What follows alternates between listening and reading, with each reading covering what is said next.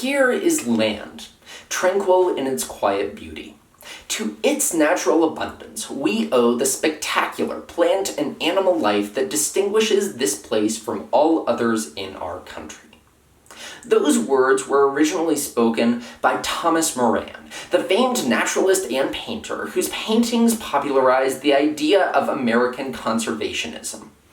And in that quote, he is talking about what we today know as public land, or land that is administered by the federal, state, and even county governments for the benefit and enjoyment of the people.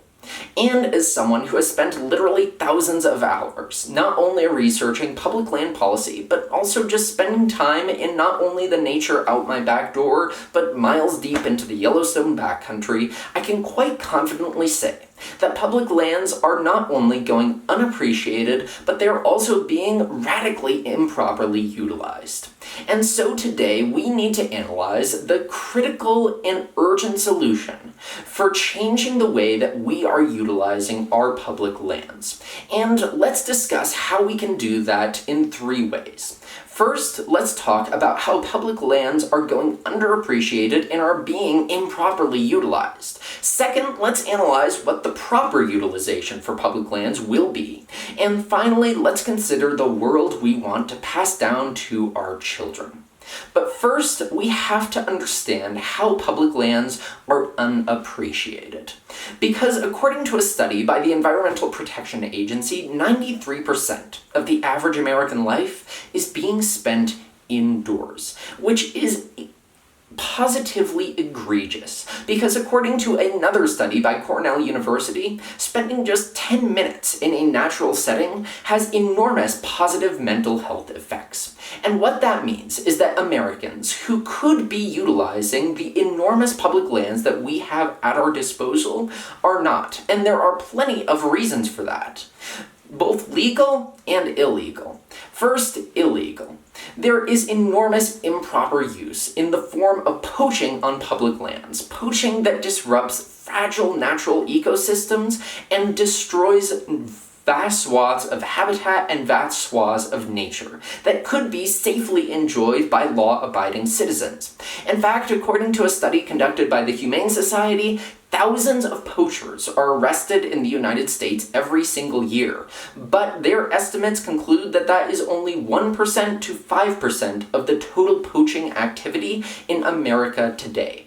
That's right here in America, there is a thriving black market for poached animal parts, both in use in things like herbal remedies and traditional medicine, but for whatever the reason, this poaching and illegal activity is destroying public lands. But moreover, there's legal activity going on as well. Things like overlogging, overmining, and overdrilling through chartered public lands have been more and more prevalent in recent years. Prominent cases, like the federal government turning over large swaths of Bears Ears National Monument for uranium mining, have struck large in news headlines, which means that this public land, this natural habitat, is being slowly eroded, and that means that its original purpose is being degraded.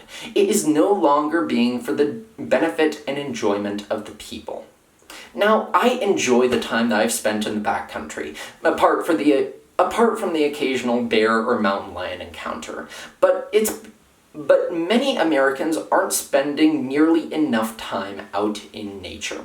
In fact, they're not understanding the way that public lands are properly being utilized. In fact, according to a survey of local students, although the majority use public lands in a multitude of ways, only a minority understood the full definition of what a public land actually was, which is why we need to analyze, second, the proper utilization of public lands. Now, obviously, it's become blatant that Americans need to be spending more time out in nature for its positive mental health effects. But to do so, we need to ensure that our public lands still have protection. Because in that same survey of local students, most of the students said that we should turn it over to the states. We should take federal public land and give it to the states so that it can be more properly utilized by local government. And very few, if any, actually said that public land owned by the states should be turned over to the federal government. But here's why that's a bad idea. Because according to High Country News, states are chartered to operate public land as a for-profit institution, while the federal government is chartered to operate public land as a multi-profit institution. Now, here's the solution.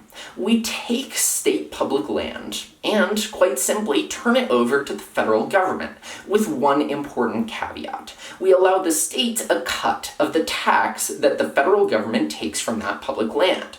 Here's why. In Nevada, one of the states right here in the Rocky Mountain West, a full 81% of the total landmass of the state isn't really Nevada.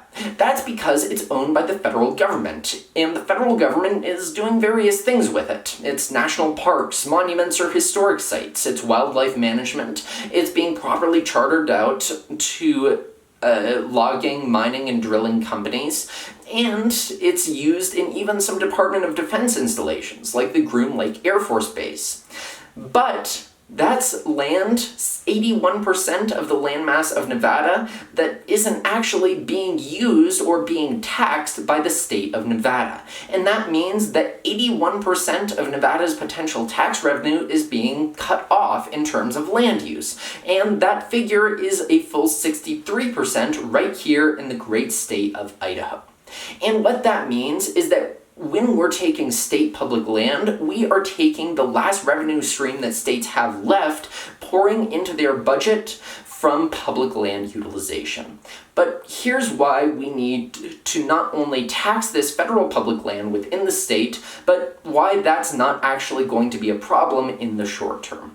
In 2017, according to the Idaho Department of the Treasury, $63 million, the bulk of the money that Idaho drew from public land revenues, was given to public education. But to put that in perspective, the total amount of money given to Idaho public education was $2.7 billion. And a similar ratio can be seen in the rest of the states in the Rocky Mountain West that would be most affected by this proposal. But the problem is that this would still mean a short-term revenue cutoff. But in the long term, the states would still be coming out ahead, because taxation revenues would increase as the federal government would be able to provide better access to public lands and therefore draw more taxation revenue from it. After all, who's better to provide better access to public lands and safely charter it out to corporations for activities like logging, mining, and drilling, while also protecting it from illegal activity than the organization with the literal deepest pockets in the world, the United States federal government? So in the long term, this proposal would mean a better managed public land system with more money going to the states and more public land available for the utilization of the American people who so desperately need it.